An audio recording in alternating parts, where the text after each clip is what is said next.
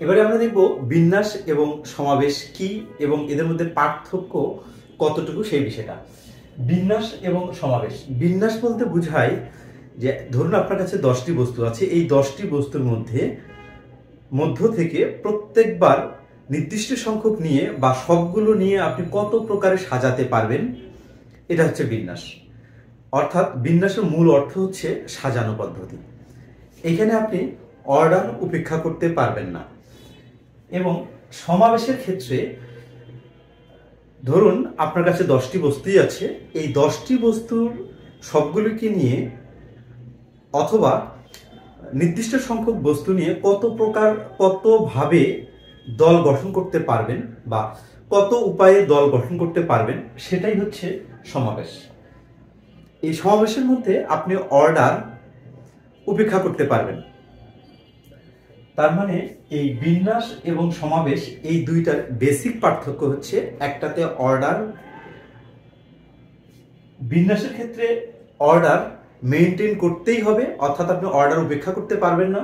But সমাবেশের ক্ষেত্রে order না মানলেও হবে, অর্থাৎ আপনি অর্ডার না মেনেই এই সমাবেশটা করতে পারেন। আমি যে কথাগুলো বলছি এই কথাগুলো হয়তোবা বুঝতে প্রবলেম হলেও আমি এখানে একটা উদাহরণ দেখাচ্ছি, যদি একটা উদাহরণ আপনারা দেখেন তাহলে ক্লিয়ার হবে। বিন্যাসের ক্ষেত্রে আমি আমাদের বাংলাদেশের যে ক্রিকেট টিম রয়েছে এইটা দিয়ে একটা উদাহরণ দিচ্ছি। ধরুন ক্রিকেট টিমে আমাদের 11 জন প্লেয়ার লাগে, 2 3 4 5 6 এভাবে ডটটা দিয়ে এখানে 11 জন লিখলাম, 11 জন প্লেয়ার লাগে।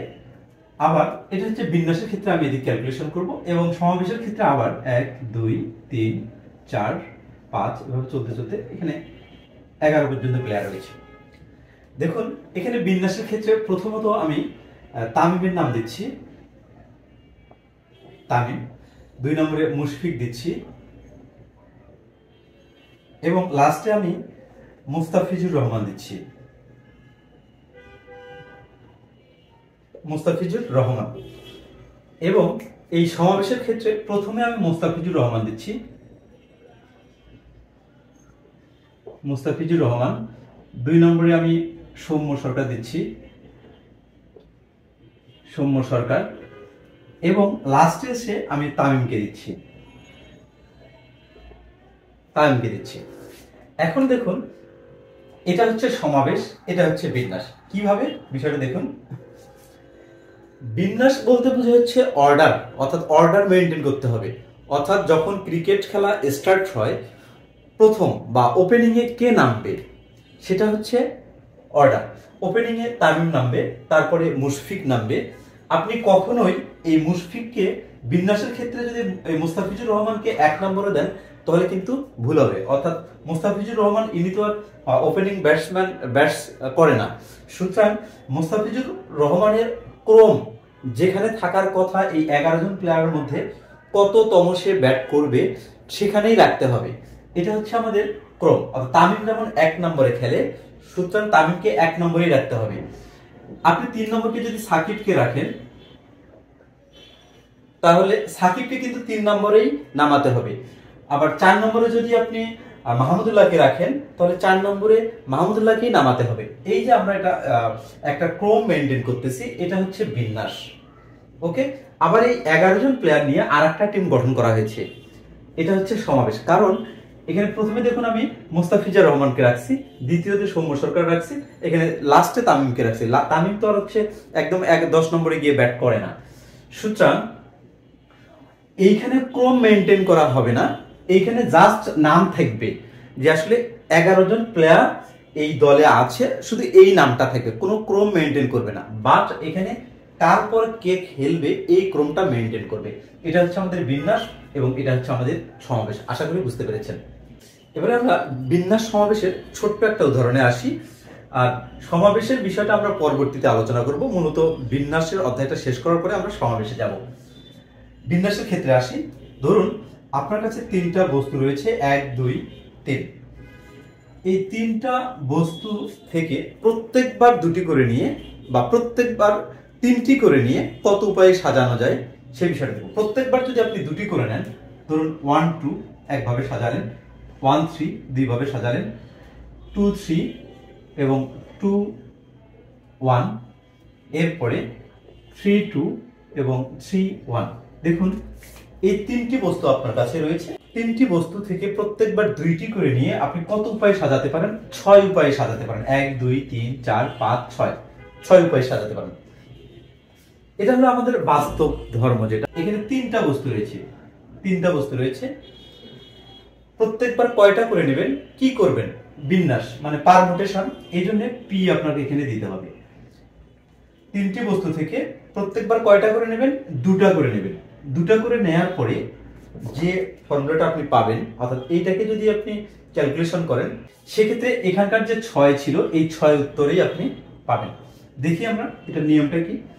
নিয়মটা হচ্ছে ফার্স্টলি এই 3 ফ্যাক্টোরিয়াল 3 উপরে থাকবে, ওকে। এরপরে ফ্যাক্টোরিয়াল দেবেন, তারপরে 3 - 2, অর্থাৎ 3 থেকে 2 মাইনাস করবেন, 3 - 2। এইটা হচ্ছে আমাদের পারমুটেশন যে ফর্মটা, এবং এটাকে ক্যালকুলেশন করলে আমরা এই পার্টটা পাবো। এখন এইটার ক্যালকুলেশনটা আমাদের শিখতে হবে, কারণ এর আগে কিন্তু আমরা এর উপরে বেসিক লেকচার শিখে আসছি ফ্যাক্টোরিয়ালের। তো আমাদের এর ক্যালকুলেশনটা কি হবে? এই ধরনের এটাকে ভাঙলে আমরা পাবো ফ্যাক্টোরিয়াল 3, এখানে পাবো ফ্যাক্টোরিয়াল 3 থেকে যদি 2 বাদ দিই 1 পাবো। তার মানে ফ্যাক্টোরিয়াল 1 এর মান কিন্তু 1, তার মানে হচ্ছে ফ্যাক্টোরিয়াল 3। এখানে দেখুন ফ্যাক্টোরিয়াল 3 বলতে আসলে কি বোঝায়? 3 থেকে শুরু করে ডিক্রিজিং অর্ডারে 1 পর্যন্ত সংখ্যাগুলোর গুণফল। 3 * 2 * 1 ক্যালকুলেশন করলে 6। দেখুন এই যে 6 আর এখানে 1 2 3 4 5 6, এই যে এখানকার 6, এই দুইটা কিন্তু সেম। অর্থাৎ বাস্তব ভিত্তিক ক্যালকুলেশন হচ্ছে এটা, আর ফর্মুলার মাধ্যমে যে ক্যালকুলেশন সেটা হচ্ছে এইটা। দুইটাই যেহেতু সেম, তার মানে এই ক্যালকুলেশনটা ঠিক আছে। বাস্তব ভিত্তিক ক্যালকুলেশন আসলে সব ক্ষেত্রেই সম্ভব না, কারণ এত বড় ক্যালকুলেশন থাকে যে আমরা এটা ক্যালকুলেশন করতে গেলে অনেক ঝামেলায় পড়ে যাব। এই কারণে আমরা সবসময় ফর্মুলা দিয়ে ক্যালকুলেশন করার চেষ্টা করব। সিমিলার ক্যাটাগরিতে আমি আর একটা যদি উদাহরণ দেখাই, এই 1 2 3 তিনটা বস্তু থেকে প্রত্যেকবার 3টি করে নিয়ে কত উপায়ে সাজানো যায়? প্রত্যেকবার 3টি করে নিব। তাহলে 1 2 3, 1 3 2, আবার 2 3 1, আবার 2 1 3, আবার 3 1 2, আবার 3 2 1। এখানে দেখুন কত উপায়ে সাজাতে পারছি আমরা। এখানে 1 2 3 4 5 6টা উপায়ে আমরা সাজাইতে পেরেছি। এখন এই 3টি থেকে প্রত্যেকবার 3টি করে নিয়ে সূত্রের মাধ্যমে আমরা ক্যালকুলেশন করার চেষ্টা করব। তাহলে কয়টা নিব? 3টা থেকে নিব প্রত্যেকবার 3টা করে। 3 p কি করতেছি? পারমুটেশনের এই পারমুটেশনের প্রথম লেটারটা p 3, ওকে। তাহলে এর মানে হচ্ছে ফ্যাক্টোরিয়াল 3, আর এটার মানে হচ্ছে 3 - 3 = অর্থাৎ এই 3 থেকে এই 3 মাইনাস।